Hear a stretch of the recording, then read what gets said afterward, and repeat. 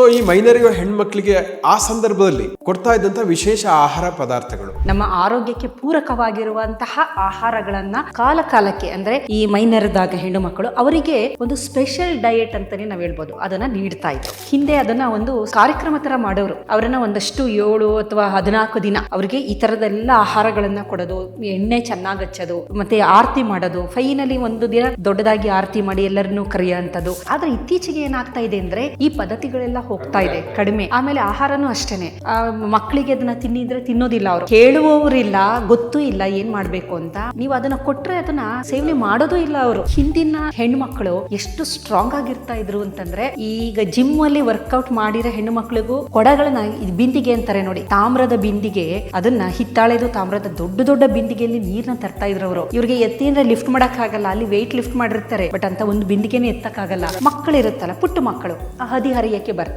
ಆ ಸಂದರ್ಭದಲ್ಲಿ ದೇಹದಲ್ಲಿ ಬಹಳಷ್ಟು ಬದಲಾವಣೆಗಳಾಗುತ್ತೆ. ಎಸ್ಟ್ರೋಜನ್ ಹಾರ್ಮೋನ್ಗಳು ಹೆಚ್ಚು ಬಿಡುಗಡೆಯಾಗುತ್ತೆ. ಮೊದಲನೆಯ ಬಾರಿ ಯಾವಾಗ ಆಕೆಗೆ ಅಂಡಾಣುಗಳು ಬಿಡುಗಡೆಯಾಗಿ ಅದು ಫರ್ಟಿಲೈಸ್ ಆಗಿರೋದಿಲ್ಲ, ಅವಾಗ ಬ್ಲೀಡಿಂಗ್ ಆಗುತ್ತಲ್ಲ, ಅದನ್ನ ನಾವು ಫಸ್ಟ್ ಮೊದಲವಾಗಿ ಮೈನೆರೆದವರು ಅಂತ ಹೇಳ್ತೀವಿ. ಅದು ಕರೆಕ್ಟ್ ಟೈಮ್ ಅದು. ಅವಾಗ ನೀವು ಯಾವ ಆಹಾರ ಕೊಡ್ತೀರಾ ಅದರ ಮೇಲೆ ಬೋನ್ಸ್ಗಳು, ಸ್ನಾಯುಗಳು, ಒಳಗಡೆ ಯೂಟ್ರಸ್ ಏನೇನಿದೆ ಎಲ್ಲ ಚೆನ್ನಾಗಿ ಡೆವಲಪ್ ಆಗಿ ಸ್ಟ್ರಾಂಗ್ ಆಗುತ್ತೆ. ಹಾಗಾದ್ರೆ ಏನೇನು ಆಹಾರನ ಪ್ರಮುಖವಾಗಿ ಅವ್ರು ಕೊಡ್ತಾ ಇದ್ರು ಅಂತ ನಾವು ನೋಡೋದಾದ್ರೆ, ಮುಖ್ಯವಾದ ಪ್ರಶ್ನೆ ಮರ್ತಿರ್ಬೋದು, ತಿಳ್ಕೊಳ್ಳಿ ಇವಾಗ. ಈಗ ಪ್ರೋಟೀನ್ ಯುಕ್ತ ಆಹಾರ.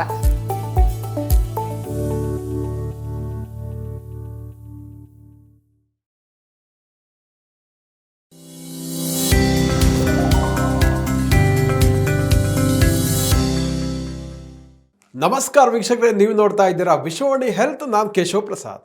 ವೀಕ್ಷಕರೇ, ಇವತ್ತಿನ ಎಪಿಸೋಡ್ ನಾವು ಮೈನೆರೆದ ಯುವ ಹೆಣ್ಮಕ್ಳಿಗೆ ಯಾವ ರೀತಿಯ ಆಹಾರವನ್ನ ನಮ್ಮ ಪೂರ್ವಜರು, ಹಿಂದಿನ ತಲೆಮಾರಿನವರು ಕೊಡ್ತಾ ಇದ್ರು, ಆ ವಿಶೇಷ ಆಹಾರಗಳು ಯಾವುದು ಮತ್ತು ಅದರಿಂದ ವೈಜ್ಞಾನಿಕವಾಗಿ ಹೆಣ್ಣು ಮಕ್ಕಳಿಗೆ ಯಾವ ರೀತಿಯ ಅನುಕೂಲ ಆಗ್ತಾ ಇತ್ತು ಅನ್ನೋದನ್ನು ತಿಳ್ಕೊಳ್ಳೋಣ. ಇದಕ್ಕಾಗಿ ನಮ್ಮ ಜೊತೆ ಇವತ್ತು ಮೈಸೂರು ವಿಶ್ವವಿದ್ಯಾಲಯದ ಜೆನೆಟಿಕ್ಸ್ ಆ್ಯಂಡ್ ಜೆನೋಮಿಕ್ಸ್ ವಿಭಾಗದ ಅಧ್ಯಕ್ಷರಾದ ಪ್ರೊಫೆಸರ್ ಸುತ್ತೂರು ಎಸ್ ಮಾಲಿನಿ ಅವರು ನಮ್ಮ ಜೊತೆ ಇದ್ದಾರೆ. ಬನ್ನಿ ಕಾರ್ಯಕ್ರಮಕ್ಕೆ ಅವ್ರನ್ನ ವೆಲ್ಕಮ್ ಮಾಡೋಣ. ನಮಸ್ಕಾರ. ಸೊ ಇವತ್ತಿನ ಟಾಪಿಕ್ ಬಹಳ ಇಂಪಾರ್ಟೆಂಟ್ ಅನ್ನಿಸ್ತಾ ಇದೆ, ಯಾಕಂದ್ರೆ ಒಂದು ಒಳ್ಳೆಯ ಆರೋಗ್ಯ ಪದ್ಧತಿ ಇತ್ತೀಚಿನ ದಿವಸಗಳಲ್ಲಿ ಕಣ್ಮರೆ ಆಗಿರುವಂಥದ್ದು, ಬಟ್ ನೂರಾರು ವರ್ಷಗಳಿಂದ ಪರಂಪರೆಯಿಂದ ಬಂದಿರುವಂಥದ್ದು. ಸೊ ಈ ಮೈನರಿಯೋ ಹೆಣ್ಮಕ್ಳಿಗೆ ಆ ಸಂದರ್ಭದಲ್ಲಿ ಕೊಡ್ತಾ ಇದ್ದಂಥ ವಿಶೇಷ ಆಹಾರ ಪದಾರ್ಥಗಳು, ಸೊ ಅವುಗಳನ್ನು ಹೆಣ್ಮಕ್ಳು ಕೂಡ ಸೇವಿಸ್ತಾ ಇದ್ರು, ಅದರ ಪ್ರಯೋಜನ ಪಡೆದ. ಬಟ್ ಈಗಿನ ಜನರೇಷನ್ ಅವ್ರಿಗೆ ಅದು ಗೊತ್ತಿಲ್ಲ ಏನು ಅಂತ. ಸೊ ಬಟ್ ಆ ಪ್ರಯೋಜನವನ್ನು ಈಗಲೂ ಕೂಡ ಪಡೆದುಕೊಳ್ಬೋದಲ್ವಾ? ಸೊ ಹಾಗಾಗಿ ಅದ್ರ ಬಗ್ಗೆ, ಅದರ ವೈಜ್ಞಾನಿಕ ಅಂಶಗಳ ಬಗ್ಗೆ ಏನು ಹೇಳ್ತೀರಾ ಅಂತ. ಸರ್, ಮೊದಲನೇದಾಗಿ ನಮ್ಮ ಹಿರಿಯರು, ನಮ್ಮ ಪೂರ್ವಜರು ಯಾವ ರೀತಿ ಆಹಾರ ಪದ್ಧತಿಯನ್ನು ಬಳಕೆ ಮಾಡ್ತಾ ಇದ್ರು ಅಂತ ನಾವು ನೋಡೋದಾದ್ರೆ, ಸಂಪೂರ್ಣವಾಗಿ ಅದರ ಹಿಂದೆ ಒಂದು ವೈಜ್ಞಾನಿಕತೆ ಇತ್ತು. ನಮ್ಮ ಆರೋಗ್ಯಕ್ಕೆ ಪೂರಕವಾಗಿರುವಂತಹ ಆಹಾರಗಳನ್ನು ಅವರು ಕಾಲ ಕಾಲಕ್ಕೆ, ಅಂದರೆ ಈ ಮೈನರಿದಾಗ ಹೆಣ್ಣು ಮಕ್ಕಳು ಅವರಿಗೆ ಒಂದು ಸ್ಪೆಷಲ್ ಡಯಟ್ ಅಂತಲೇ ನಾವು ಹೇಳ್ಬೋದು, ಅದನ್ನು ನೀಡ್ತಾ ಇದ್ರು. ಅದನ್ನು ನಾವು ಹಾಗೆ ವೈಜ್ಞಾನಿಕವಾಗಿ ಅವಲೋಕನ ಮಾಡಿದಾಗ ಏನಕ್ಕೆ ಆ ಸಂದರ್ಭದಲ್ಲಿ ಈ ಥರ ಎಲ್ಲ ಕೊಡ್ತಾ ಇದ್ರು, ಮುಖ್ಯವಾಗಿ ಯಾವುದು ಅಂದರೆ ಉದ್ದಿನ ಕಾಳು ಕೊಡ್ತಾ ಇದ್ರು. ನಿಮಗೆ ಗೊತ್ತಿರಬಹುದು, ಉದ್ದಿನ ಕಾಳು ಅದ್ರ ಜೊತೆಗೆ ಕೊಬ್ಬರಿ, ಬೆಲ್ಲ ಎಲ್ಲ ಹಾಕಿ ಅದನ್ನ ಚೆನ್ನಾಗಿ ಬೇಯಿಸಿ ಅದನ್ನ ಉದ್ದಿನ ಕಾಳನ್ನ ಕೊಡ್ತಾ ಇದ್ರು. ಜೊತೆಗೆ ತುಪ್ಪವನ್ನ ಹೆಚ್ಚು ಆ ಸಂದರ್ಭದಲ್ಲಿ ತುಪ್ಪವನ್ನ ಇದು ಮಾಡೋದು, ಮತ್ತೆ ಮೆಂತ್ಯದ ಮುದ್ದೆ ಅಂತ ಮಾಡ್ತಾರೆ, ಮೆಂತ್ಯದ ಮುದ್ದೆ ಅನ್ನೋದು ಕೊಡ್ತಾ ಇದ್ರು. ಮತ್ತು ಎಳ್ಳುಂಡೆಗಳು, ನಿಮಗೆ ಜ್ಞಾಪಕ ಇರ್ಬೋದು, ಮುಖ್ಯವಾಗಿ ಎಳ್ಳುಂಡೆಗಳನ್ನು, ಎಳ್ಳು ಬೆಲ್ಲ ಎಲ್ಲ ಹಾಕಿ ಅದನ್ನು ಎಳ್ಳುಂಡೆ, ಕಡಲೆಕಾಯಿದು ಎಳ್ಳು, ಆಮೇಲೆ ಕೊಬ್ಬರಿನೂ ಯಥೇಚ್ಛವಾಗಿ ಕೊಡ್ತಾ ಇದ್ರು. ಅವಾಗ ನೋಡಿ, ನಿಮಗೆ ಜ್ಞಾಪಕ ಇದ್ರೆ ಹಿಂದೆ ಅದನ್ನು ಒಂದು ಸಮಾರಂಭ ಥರ, ಒಂದು ಕಾರ್ಯಕ್ರಮ ಥರ ಮಾಡೋರು. ಅವರನ್ನು ಒಂದಷ್ಟು 7 ಅಥವಾ 14 ದಿನ ಅವರಿಗೆ ಈ ಥರದೆಲ್ಲ ಆಹಾರಗಳನ್ನು ಕೊಡೋದು, ಎಣ್ಣೆ ಚೆನ್ನಾಗಿ ಹಚ್ಚೋದು, ಮತ್ತು ಆರತಿ ಮಾಡೋದು, ಫೈನಲಿ ಒಂದು ದಿನ ದೊಡ್ಡದಾಗಿ ಆರತಿ ಮಾಡಿ ಎಲ್ಲರನ್ನೂ ಕರೆಯುವಂಥದ್ದು ಮಾಡ್ತಾ ಇದ್ರು. ಒಂಥರ ಅದು ಸಂಭ್ರಮನೂ ಸಹ. ಆ ಸಂದರ್ಭದಲ್ಲಿ ಹೆಣ್ಣು ಮಕ್ಕಳಿಗೆ ವಿಶೇಷವಾಗಿ ಆರೈಕೆಗಳನ್ನು ಮಾಡ್ತಾ ಇದ್ರು. ಕಾರಣ, ಆದರೆ ಇತ್ತೀಚೆಗೆ ಏನಾಗ್ತಾ ಇದೆ ಅಂದರೆ ಈ ಪದ್ಧತಿಗಳೆಲ್ಲ ಹೋಗ್ತಾ ಇದೆ ಕಡಿಮೆ. ಆಮೇಲೆ ಆಹಾರನೂ ಅಷ್ಟೇನೆ, ಮಕ್ಕಳಿಗೆ ಅದನ್ನ ತಿನ್ನಿದ್ರೆ ತಿನ್ನೋದಿಲ್ಲ, ಅವರು ಹೇಳುವವರಿಲ್ಲ, ಗೊತ್ತೂ ಇಲ್ಲ ಏನ್ ಮಾಡ್ಬೇಕು ಅಂತ. ಮತ್ತೆ ನೀವು ಅದನ್ನ ಕೊಟ್ರೆ ಅದನ್ನ ಸೇವನೆ ಮಾಡೋದು ಇಲ್ಲ. ಅವರು ಅಯ್ಯೋ ಇದ್ರಲ್ಲಿ ಏನಿರುತ್ತೆ ಬಿಡು ಅನ್ನೋ ಒಂದು ನೆಗ್ಲಿಜೆನ್ಸಿ, ಅದೇನಾಗ್ತಾ ಇದೆ ಅಂದ್ರೆ, ಈಗ ನಾನು ಸುಮ್ಮನೆ ಹಾಗೆ ನಾವು ನೋಡ್ಕೊಂತ ಬಂದ್ರೆ, ಹಿಂದಿನ ಈ ಹೆಣ್ಮಕ್ಳು ಎಷ್ಟು ಸ್ಟ್ರಾಂಗ್ ಆಗಿರ್ತಾ ಇದ್ರು ಅಂತಂದರೆ ನಾನೇ ನೋಡ್ತಾ ಇದ್ದೆ. ಈಗ ಜಿಮ್ಮಲ್ಲಿ ವರ್ಕೌಟ್ ಮಾಡಿರೋ ಹೆಣ್ಣು ಮಕ್ಳಿಗೂ ಕೊಡಗಳನ್ನ ಬಿಂದಿಗೆ ಅಂತಾರೆ ನೋಡಿ, ತಾಮ್ರದ ಬಿಂದಿಗೆ, ಅದನ್ನು ಹಿತ್ತಾಳೆದು ತಾಮ್ರದ ದೊಡ್ಡ ದೊಡ್ಡ ಬಿಂದಿಗೆಯಲ್ಲಿ ನೀರನ್ನ ತರ್ತಾ ಇದ್ರು ಅವರು. ಇವ್ರಿಗೆ ಎತ್ತಿಂದ್ರೆ ಲಿಫ್ಟ್ ಮಾಡೋಕ್ಕಾಗಲ್ಲ, ಅಲ್ಲಿ ವೆಯ್ಟ್ ಲಿಫ್ಟ್ ಮಾಡಿರ್ತಾರೆ, ಬಟ್ ಅಂತ ಒಂದು ಬಿಂದಿಗೆನೇ ಎತ್ತಕ್ಕಾಗಲ್ಲ. ಆಮೇಲೆ ಕೃಷಿ ಕೆಲಸಗಳಲ್ಲಿ ಎಷ್ಟೊಂದು ಹೆಣ್ಮಕ್ಳು ಎಷ್ಟು ಕೆಲಸ ಮಾಡ್ತಾ ಇದ್ರು, ಗಂಡ್ಮಕ್ಳಿಗೆ ಈಕ್ವಲ್ ಆಗಿ. ಆಮೇಲೆ ಅಂತ ಬಿಂದಿಗೆನ ತಲೆ ಮೇಲೆ ಹೊತ್ಕೊಂಡು ಎಷ್ಟೋ ಕಿಲೋಮೀಟರ್ಗಳು ನಡೆಯೋರು, ಆಮೇಲೆ ಸೊಂಟದ ಮೇಲೆ ಹೊತ್ಕೊಂಡು ಕಿಲೋಮೀಟರ್ಗಳ ಗಟ್ಟೆ ನಡೆಯೋರು. ಎಷ್ಟು ಕೆಲಸ ಮಾಡಿದ್ರು ಅಂದರೆ ಇಮ್ಯಾಜಿನ್ ಮಾಡಿ. ಅವರು ಅಷ್ಟು ಸ್ಟ್ರೆಂತ್ ಇತ್ತು, ಬೋನ್ಸ್ಗಳು ಅಷ್ಟು ಚೆನ್ನಾಗಿ ಅಷ್ಟು ಸ್ಟ್ರಾಂಗ್ ಆಗಿರ್ತಾ ಇತ್ತು, ಮಸಲ್ಗಳು ಅಷ್ಟು ಚೆನ್ನಾಗಿ ಸ್ಟ್ರಾಂಗ್ ಆಗಿರ್ತಿತ್ತು.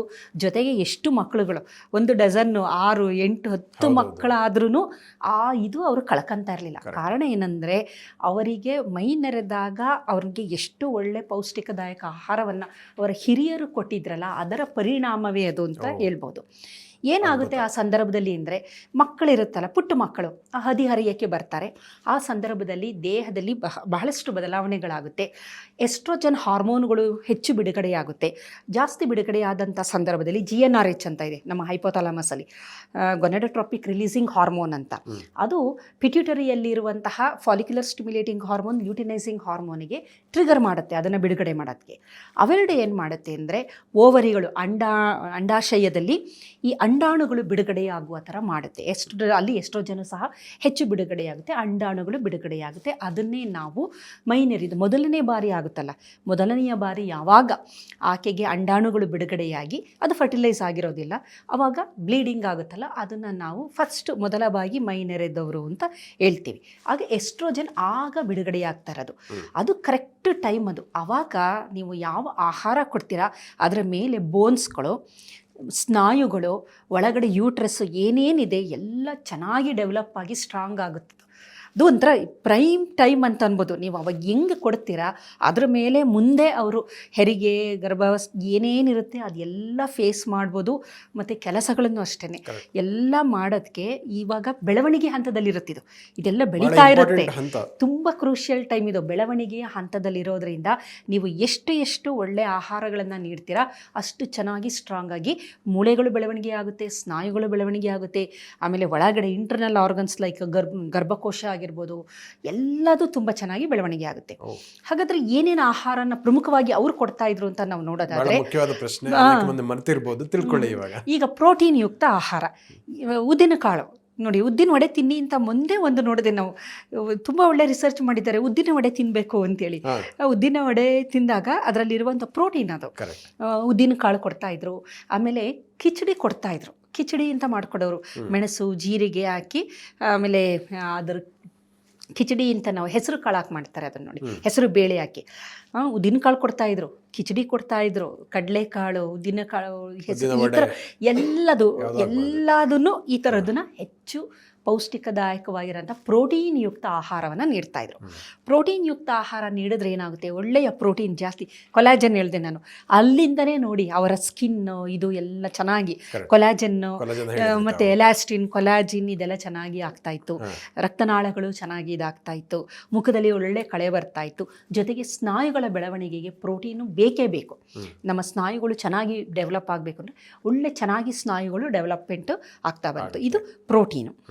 ನಂತರ ಕಬ್ಬಿಣಾಂಶದ ಆಹಾರ ಇರೋಂಥದ್ದು ತುಂಬ ಬಹಳ ಪ್ರಮುಖವಾದದ್ದು. ಕಾರಣ ಏನಂತಂದರೆ, ಕಬ್ಬಿಣಾಂಶದಿಂದ ಕುಡಿದ ಆಹಾರವನ್ನು ನಾವು ಸೇವನೆ ಮಾಡಿದ್ರೆ ನಮ್ಮ ಕೆಂಪು ರಕ್ತ ಕಣದಲ್ಲಿ ಏನಿದೆ ಅಂತಂದರೆ, ಮಧ್ಯದಲ್ಲಿ ಕಬ್ಬಿಣ ಇದೆ, FE ಅಂತ ಕರಿತೀವಿ ನಾವು, ಗ್ಲಾಬಿನ್ ಚೈನ್, ನಾವು ನಮ್ಮ ಕೆಂಪು ರಕ್ತ ಕಣ ಹಿಮೋಗ್ಲೋಬಿನ್ ಅಂತ ಕರಿತೀವಲ್ಲ, ಹಿಮೋಗ್ಲೋಬಿನಲ್ಲಿ ಹೀಮ್ ಅಂತ ಮಧ್ಯದ ಭಾಗ, ಗ್ಲಾಬಿನ್ ಸುತ್ತ ಇರುವಂತಹ ಪ್ರೋಟೀನ್, ಅದು ಮಧ್ಯದಲ್ಲಿ ಕಬ್ಬಿಣಾಂಶ ಇರುತ್ತೆ.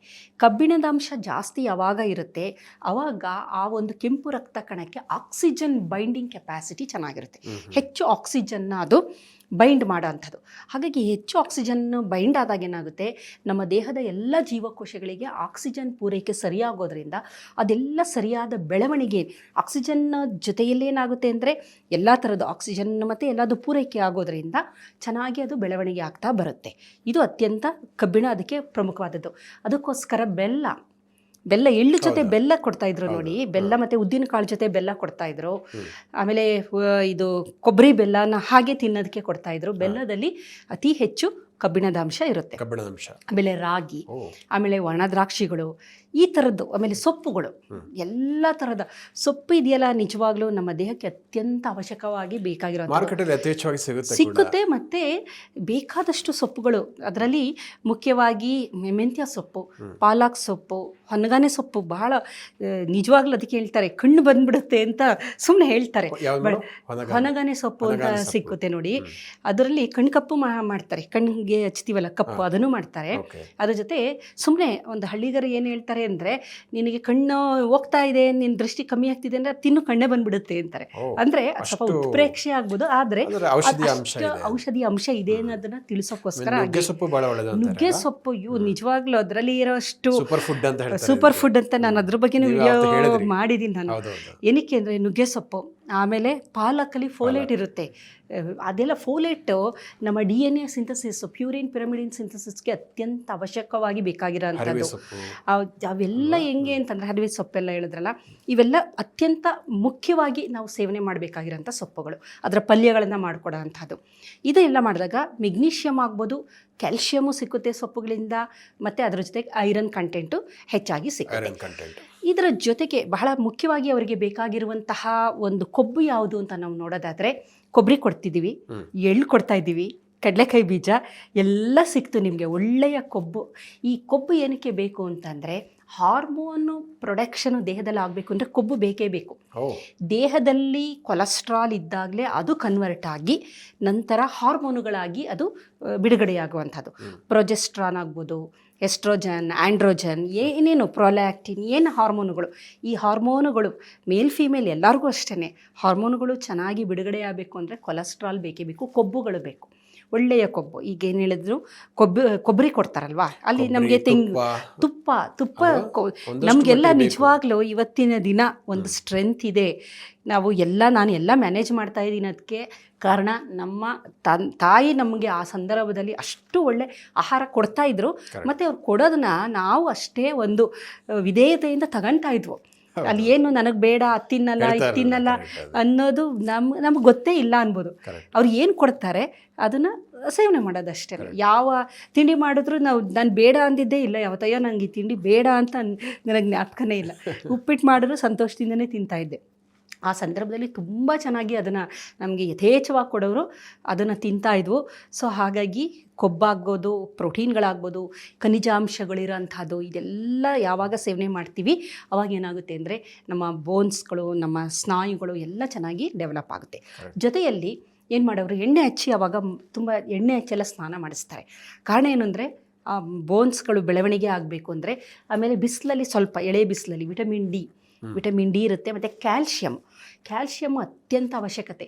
ನಾವು ಅದಕ್ಕೆ ನೋಡಿ, ಯಾರು ಹಾಲು ಮೊಸರು ಚೆನ್ನಾಗಿ ತಿಂದು ಇದಾಗಿರ್ತಾರೆ, ವಯಸ್ಸಾದಾಗ ಮೂಳೆದು ತೊಂದರೆ ಇರೋದಿಲ್ಲ ಅವ್ರಿಗೆ. ಯಾರು ಹಾಲೇ ಕುಡಿಯೋಲ್ಲ, ನನಗೆ ಹಾಲು ಇಷ್ಟ ಇಲ್ಲ, ನಾನು ಮೊಸರು ತಿನ್ನಲ್ಲ ಅಂತಾರೆ, ಅವ್ರಿಗೆ 40 ವರ್ಷಕ್ಕೆ ಮಂಡಿ ನೋವು, ಆ ನೋವು, ಇನ್ನು ಎಲ್ಲ ನೋವು ಅದು ಗ್ಯಾರಂಟಿ ಇರ್ಬೋದು. ಈಗ ನೋಡಿ, ನಿಮ್ಮ ಮನೇಲೇ ವಯಸ್ಸಾದಂಥವ್ರನ್ನೇ ನೋಡಿ, ಅವ್ರು ಎಷ್ಟು ಗಟ್ಟಿಗಿರ್ತಾರೆ. ಕಾರಣ ಏನಂದರೆ, ಹಾಲು ಮೊಸರಿಲ್ಲದೆ ಊಟನೇ ಮಾಡಲ್ಲ ಅವರು. ಹಾಲು ಕುಡಿದೇ ಅವರು ಇಲ್ಲ, ಅವ್ರಿಗೆ ಹಾಲು ಕೊಡಲೇಬೇಕದು, ಆ ಥರ ಇರುತ್ತೆ ಅವ್ರಿಗೆ. ಎಸ್ಪೆಷಲಿ ಇದು ಈ ಬಯಲುಸೀಮೆ, ಮಲೆನಾಡು, ಕರಾವಳಿ ಇಲ್ಲೆಲ್ಲ ಊಟದ ಜೊತೆಗೆ ಲಾಸ್ಟಿಗೆ ಒಂದು ಹುಳಿ, ಮಜ್ಜಿಗೆ, ಬೇಕೇ ಬೇಕು, ತುಪ್ಪನೂ ಬೇಕಾಗುತ್ತೆ ಇನಿಷಿಯಲಿ. ಹೌದು, ಇನಿಷಿಯಲಿ ಅನ್ನದ ಜೊತೆಗೆ ಪದ್ಧತಿ ಅದೆಲ್ಲ ಬಂದ್ಬಿಡುತ್ತೆ. ಅವ್ರು ಏನು ಮಾಡಿದ್ದಾರೆ ಅಂದರೆ, ಸಾಂಬಾರು ಪದ್ಧತಿನ ಥರ ಇದನ್ನ ಅಳವಡಿಸ್ಕೊಂಡಿದ್ದಾರೆ, ಒಳ್ಳೆ ಅಂಶಗಳನ್ನ. ಹಾಗಾಗಿ ಈ ಸಂದರ್ಭದಲ್ಲಿ ಕ್ಯಾಲ್ಶಿಯಮ್ ಚೆನ್ನಾಗಿ ಬೇಕು ಅಂತ ಅಂದಾಗ ನಾವು ಅದರಲ್ಲಿ ಹಾಲು, ಮೊಸರು, ಮೊಟ್ಟೆ, ಮಾಂಸ ಎಲ್ಲದರಲ್ಲೂ ಕ್ಯಾಲ್ಶಿಯಂ ಇರುತ್ತೆ, ಮತ್ತು ಪ್ರೋಟೀನು ಇರುತ್ತೆ. ಇದನ್ನು ಸಹ ಹೆಚ್ಚಾಗಿ ಕೊಡ್ತಾ ಬಂದರೆ ಖಂಡಿತವಾಗ್ಲೂ ಏನಾಗುತ್ತೆ ಅಂದರೆ, ಆ ಕ್ಯಾಲ್ಶಿಯಂ ಎಲ್ಲ ಮೂಳೆಗಳಲ್ಲಿ ಡೆಪಾಸಿಟ್ ಆಗುತ್ತೆ ಚೆನ್ನಾಗಿ. ಇವನ್ ಉತ್ತರ ಕರ್ನಾಟಕ ಕಡೆ ತುಂಬಾ ಸೊಪ್ಪು ಯೂಸ್ ಮಾಡ್ತಾರಲ್ವಾ? ಹೌದು, ಅದನ್ನು ಎಲ್ಲ ಚೆನ್ನಾಗಿ ಅದು ಡೆಪಾಸಿಟ್ ಆಗ್ತಾ ಬರುತ್ತೆ. ಆವಾಗ ಏನಾಗುತ್ತೆ, ಮುಂದಿನ ದಿನದಲ್ಲಿ ಅವರಿಗೆ ಒಂದು ಗರ್ಭಿಣಿ ಆದಾಗ, ಹೆರಿಗೆ ಆ ಸಂದರ್ಭದಲ್ಲಿ ಈಗೇನು ಡೆವಲಪ್ ಆಗಿರುತ್ತೆ ಚೆನ್ನಾಗಿ, ಅದು ಸಪೋರ್ಟ್ ಮಾಡುವಂತಹ ಸ್ಥಿತಿನ ನಾವು ನೋಡ್ಬೋದು. ಹಾಗಾಗಿ ಅವರು ಏನು ಆಹಾರ ಕೊಡ್ತಾ ಇದ್ರು ಅದು ಅತ್ಯಂತ ಪೂರಕವಾಗಿರುವಂಥ ಆಹಾರ. ಅದರಲ್ಲಿ ಪ್ರಮುಖವಾಗಿ ಕ್ಯಾಲ್ಶಿಯಂ ಇರಬೇಕು, ಐರನ್ ಕಂಟೆಂಟ್ ಇರಬೇಕು, ಕಬ್ಬಿಣದ ಅಂಶ, ಪ್ರೋಟೀನ್ ಇರಬೇಕು, ಒಳ್ಳೆಯ ಕೊಬ್ಬುಗಳಿರಬೇಕು. ಇದರ ಜೊತೆಗೆ ವಿಟಮಿನ್ ಡಿ ಯುಕ್ತ ಅಂತಂದರೆ ಸ್ವಲ್ಪ ಬಿಸಿಲಲ್ಲಿ ಇರೋಂತಹದ್ದು, ಅದರ ಜೊತೆಗೆ ಹಾಲು, ಮೊಸರು, ಮಜ್ಜಿಗೆ, ಈ ಥರದ್ದು ಇದೆಲ್ಲ ಒಂಥರ ಪ್ಯಾಕೇಜ್ ಥರ. ಇಷ್ಟು ಯಾರು ಸೇವನೆ ಮಾಡಿರ್ತಾರೆ ಅವರು ಫಿಸಿಕಲ್ ಆಗಿ ತುಂಬ ಸ್ಟ್ರಾಂಗ್ ಆಗಿರ್ತಾರೆ. ಇಲ್ಲಿ ಫಿಸಿಕಲ್ ಸ್ಟ್ರೆಂತ್ ಬರೀ ಜಿಮ್ಗೆ ಹೋಗಿ ಪ್ರೋಟೀನ್ ಶೇಕ್ಗೆ ಮಾತ್ರ ಬರಲ್ಲ, ಅದ್ರ ಜೊತೆಯಲ್ಲಿ ಕ್ಯಾಲ್ಶಿಯಂ ಬೇಕು, ಐರನ್ ಬೇಕು, ಕೊಲೆಸ್ಟ್ರಾಲ್, ಇವೆಲ್ಲ ಒಳ್ಳೆ ಕೊಬ್ಬು ಇವೆಲ್ಲ ಇದ್ದಾಗ ಮಾತ್ರ ಸ್ನಾಯುಗಳು, ಬೋನ್ಸ್ಗಳು ತುಂಬ ಚೆನ್ನಾಗಿರೋದಕ್ಕೆ ಸಾಧ್ಯ. ಅದು ನನಗೆ ನೀವು ಹೇಳಿದಾಗ ನೆನಪಾಯಿತು. ಇತ್ತೀಚೆಗೆ ಕೆಲವೊಂದು ಟ್ರೆಂಡ್ ಏನಾಗುತ್ತೆ ಅಂದರೆ ಪ್ರೋಟೀನ್ ಪೌಡರ್ ಸಿಗುತ್ತೆ, ಆಮೇಲೆ ಹಾಗೆ ಸಪ್ಲಿಮೆಂಟರಿ ಎಲ್ಲ ಈ ಥರ ಒಂದು ಪೌಡರ್ ಅಥವಾ ಶೇಕ್ ರೂಪದಲ್ಲಿ ಸಿಗುತ್ತೆ ಅನ್ನುವಂಥದ್ದು. ಬಟ್ ಅದ್ರ ಜೊತೆಗೆ ನೀವು ಹೇಳಿದಾಗ ಈ ಥರ ಒಂದು ಲೈಫ್ ಸ್ಟೈಲಲ್ಲಿ ಚೇಂಜ್ ಮಾಡುವಂಥದ್ದು ನ್ಯಾಚುರಲ್ ಆಗಿ ಸಿಗುವಂಥ ಸೊಪ್ಪುಗಳಿರ್ಬೋದು, ತರಕಾರಿ ಇರ್ಬೋದು, ಹಣ್ಣುಗಳು, ಈ ಥರ ಎಳ್ಳಿನ ಉಂಡೆ ಇರ್ಬೋದು, ಉದ್ದಿನ ವಡೆ ಇರ್ಬೋದು, ಈ ರೀತಿಯ ಅಂಶಗಳನ್ನು ಸೇವನೆ ಮಾಡಿದ್ರೆ ಇನ್ನೂ ಹೆಚ್ಚು ಇಂಪ್ಯಾಕ್ಟ್ ಆಗುತ್ತೆ ಅಂತ ಅನ್ಸುತ್ತೆ. ಈಗ ಪ್ರೋಟೀನ್ ಶೇಕ್ ಅಂತ ನೀವು ಹೇಳಿದ್ರಿ, ಅದು ಸಂಸ್ಕರಿಸಿರೋದು, ಪ್ರಾಸೆಸ್ಡ್ ಅಲ್ವಾ? ಹೌದೌದು, ಕರೆಕ್ಟ್ ಕರೆಕ್ಟ್. ಈಗ ಪ್ರಾಸೆಸ್ ಮಾಡಬೇಕಾದ್ರೆ ಒಂದಷ್ಟು ರಾಸಾಯನಿಕಗಳು ಬಳಕೆ ಮಾಡಿರ್ತಾರಲ್ವಾ, ಅದು ಪ್ರಾಸೆಸ್ ಡಯಟ್. ನಾವು ಹೇಳ್ತಿರೋದು ನ್ಯಾಚುರಲ್ ಆಗಿ, ಅದು ವ್ಯತ್ಯಾಸ. ಇದರಲ್ಲಿ ಪ್ರಾಸೆಸ್ ಆದಾಗ ಬಹಳಷ್ಟು ಅಂಶಗಳೇನಾಗುತ್ತೆ, ಅದು ಹಾಳಾಗ್ಬಿಡುತ್ತೆ. ಹಾಗಾಗಿ ಮತ್ತೆ ನಮಗೆ ಬೇಕಾಗಿರುವ ಎಲ್ಲ ಅಂಶ ಇದೇನದು ಏನು ಗ್ಯಾರಂಟಿ? ಇದಾದ್ರೆ ನಮಗೆ ಗ್ಯಾರಂಟಿ, ನಾನು ಏನು ತಿಂತಾ ಇದ್ದೀನಿ ನನಗೆ ಗೊತ್ತು, ಅಲ್ಲಿದೆ. ಅವ್ರು ಒಂದು ಲಿಸ್ಟ್ ಕೊಟ್ಟಿರ್ಬೋದು, ಅದನ್ನು ಟೆಸ್ಟ್ ಎಷ್ಟು ಜನ ಮಾಡಿರೋಕ್ಕೆ ಸಾಧ್ಯ? ಲ್ಯಾಬೊರೇಟ್ರಿ ಕಳಿಸಿ ಇದೆಯೋ ಇಲ್ವೋ ಅಂತ ಮಾಡಿರೋದಿಲ್ಲ ನಾವು. ಅಲ್ಲಿರುತ್ತೆ, ಅಪ್ರೂವ್ ಆಗಿರುತ್ತೆ, ಫೈನ್. ಬಟ್ ಹಾಗೇ ಇರುತ್ತೆ ಅನ್ನೋದು ಈಸಿ ಮೆಥಡ್ ಇದೆ, ಡೈರೆಕ್ಟ್ ಆಗಿ ನ್ಯಾಚುರಲ್ ಆಗಿ. ಹಾಗಾಗಿ ಆದಷ್ಟು ಪ್ರಾಸೆಸ್ಡ್ಗಿನ ನ್ಯಾಚುರಲ್ ಆಗಿ, ಅದು ಒಂದು ಫ್ಯಾಕ್ಟ್ರಿಗೆ ಹೋಗಿ ಅದು ಪ್ರಾಸೆಸ್ ಆಗಿ ಅದು ಬಂದು ಅದರದ್ದು ಶೆಲ್ಫ್ ಲೈಫ್ ಅಂತ ಇರುತ್ತೆ, ಎಷ್ಟೋ ದಿನ ಆದಮೇಲೆ ಅದರದ್ದು ಅಂಶಗಳು ಹೊರಟೋಗುತ್ತೆ ಅಲ್ವಾ? ಅದರಲ್ಲಿ ಕೊಟ್ಟಿರ್ತಾರೆ ಬಿಫೋರ್ 3 months ಯೂಸ್ ಮಾಡಬೇಕು, ಬಿಫೋರ್ 6 months ಯೂಸ್ ಮಾಡಬೇಕು ಅಂತೇಳಿ. ಹಾಳಾಗಿರುತ್ತೆ, ಅದು ಎಷ್ಟು ಡಿಗ್ರೇಡ್ ಆಗಿರುತ್ತೆ ಅನ್ನೋದು ನಮಗೆ ಗೊತ್ತಿರೋದಿಲ್ಲ. ಇಲ್ಲಿ ಎಲ್ಲ ಫ್ರೆಶ್ ಆಗಿರುತ್ತೆ, ನಮಗೆ ಗೊತ್ತಿರುತ್ತೆ. ಹಾಗಾಗಿ ಆದಷ್ಟು ಈಸಿ ಗೋಯಿಂಗ್ ಅಂತ ಆ ಥರ ಏನೋ ಇದು ಎಷ್ಟೆಲ್ಲ ಕಷ್ಟ ಯಾಕೆ ಬಿಡಬೇಕು, ಅದೊಂದು ಕುಡಿದ್ಬಿಟ್ರೆ ಆಗುತ್ತಲ್ಲ. ಕೆಲವು ಬೇಕು ಅಂದರೆ ನಮಗೆ ಸ್ವಲ್ಪ ಕಷ್ಟ ನಾವು ಪಡಲೇಬೇಕಾಗುತ್ತೆ. ನಿಜ ಬಹಳ ಅದ್ಭುತವಾಗಿ ನಮ್ಮ ವೀಕ್ಷಕರಿಗೆ, ಅಂದ್ರೆ ನಮ್ಮ ಟ್ರೆಡಿಷನಲ್ ಎಷ್ಟು ಚೆನ್ನಾಗಿ ಬಂದಿದೆ ಒಂದು ಅಲ್ವಾ? ಹೌದು ಹೌದು. ಮತ್ತು ನ್ಯಾಚುರಲ್ ಆಗಿ ನಮ್ಗೆ ಗೊತ್ತೇ ಇಲ್ಲ, ಬಟ್ ಅದರಲ್ಲಿ ಬೇಕಾದ ಎಲ್ಲ ಅಂಶಗಳೂ ಇರುತ್ತೆ ಆಹಾರದಲ್ಲಿ. ಹೌದು. ಸೊ ಜೊತೆಗೆ ಪ್ರಕೃತಿಯಿಂದಲೇ ಸಿಗುವಂಥದ್ದು. ಅದರ ಉಪಯೋಗ ಏನು ಮತ್ತು ಅದರ ಮಹತ್ವ ಏನು, ಅದರ ಹಿಂದಿನ ವೈಜ್ಞಾನಿಕ ವಿಚಾರಗಳೇನು ಅದರ ಬಗ್ಗೆ ಬಹಳ ಅದ್ಭುತವಾಗಿ ವಿವರಿಸಿಕೊಟ್ಟಿದ್ದೀರಾ, ಅದಕ್ಕಾಗಿ ಧನ್ಯವಾದಗಳು. ವೀಕ್ಷಕರೇ, ಇಂತಹ ಮತ್ತಷ್ಟು ಉಪಯುಕ್ತ ವಿಡಿಯೋಗಳಿಗೆ ವಿಶ್ವವಾಣಿ ಹೆಲ್ತ್ ಯೂಟ್ಯೂಬ್ ಚಾನಲನ್ನು ವೀಕ್ಷಿಸಿ ಮತ್ತು ಸಬ್ಸ್ಕ್ರೈಬ್ ಮಾಡಿ. ವಂದನೆಗಳು.